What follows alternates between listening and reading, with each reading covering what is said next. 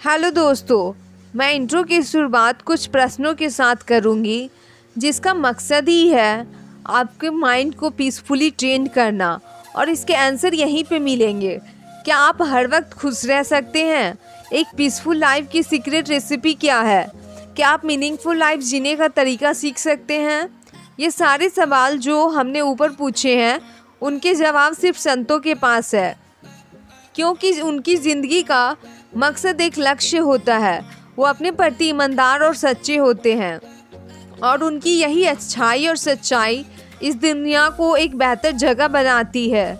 इस किताब में आपको अपनी असली पहचान से रूबरू होना सिखाएगी और आप ये भी सीखोगे कि हम अपने मन से नकारात्मक विचारों यानी जिन्हें नेगेटिव थॉट्स कहते हैं, उन्हें कैसे दूर करें।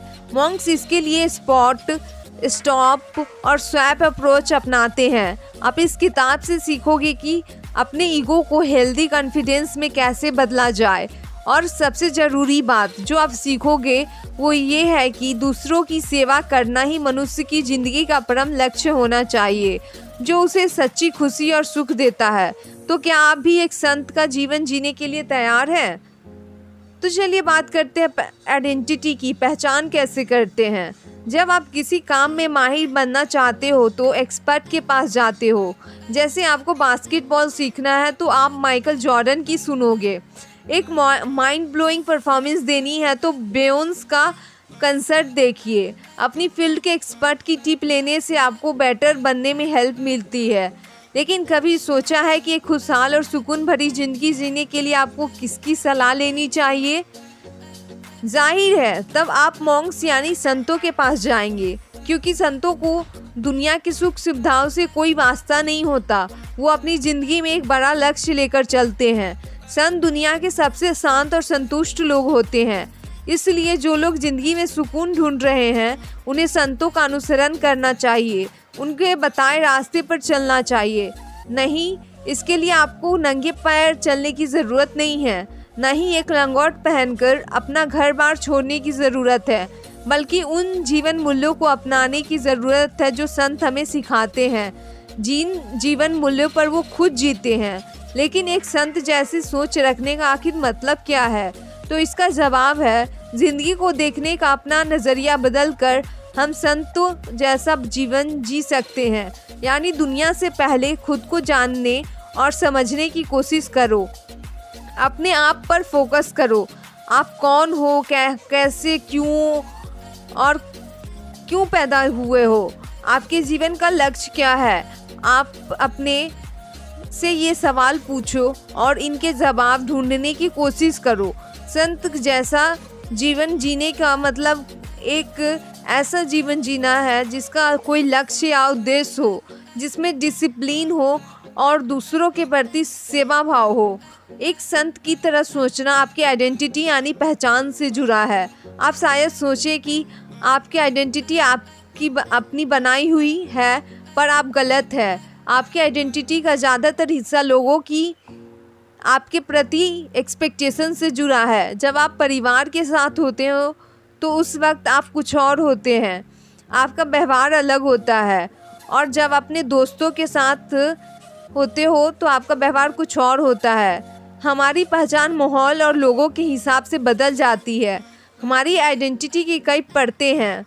अलग अलग रिश्ते में हमारी पर्सनालिटी भी अलग होती है और इस प्रोसेस में हम कई बार अपनी असल पहचान खो बैठते हैं। तो इस किताब के ऑथर जय सेठी को ये कैसे पता चला कि उनकी आइडेंटिटी एक मॉन्क होने से जुड़ी है?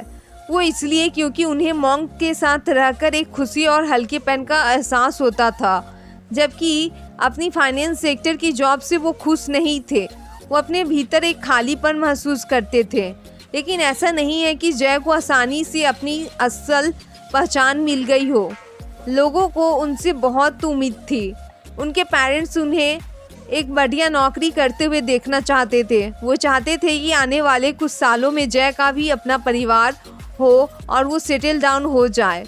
अगर आप भी यही चाहते हैं तो अच्छी बात है, लेकिन इस बार गौर भी करना है। इस पर गौर भी करें। क्या यही आपकी ज़िंदगी का असली मकसद है? क्या ये आपको दिली खुशी देगा? या फिर बस इसलिए चाहते हैं क्योंकि लोग आपसे चाहते हैं? पर ऐसा कभी मत करना। आपकी खुशी किस में है ये डिसाइड करना सिर्फ आपके हाथ में है। आपकी मीनिंगफुल लाइफ कैसी होगी इसका फ़ैसला सिर्फ आप और आप करेंगे। लेकिन आप ये कैसे समझेंगे कि आपकी असली पहचान क्या है? तो इसके लिए सबसे पहले अपने मन में झांकिए और जानने की कोशिश कीजिए कि आपके वैल्यूज़ क्या हैं, क्योंकि वैल्यूज़ ही हमें याद दिलाते हैं कि हमारे लिए लाइफ में क्या ज़रूरी है और क्या नहीं।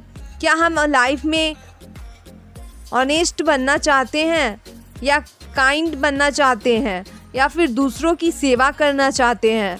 वैल्यूज़ हमें राइट डायरेक्शन में ले जाते हैं और हमारी ज़िंदगी को एक मकसद देते हैं। जैसे कोई जीपीएस हमारी गाड़ी को अनजान रास्ते पर चलने में मदद करता है। अपने वैल्यूज़ एक पेपर पर लिख लो, फिर खुद से पूछो कि वैल्यूज़ आए ये कहाँ से हैं?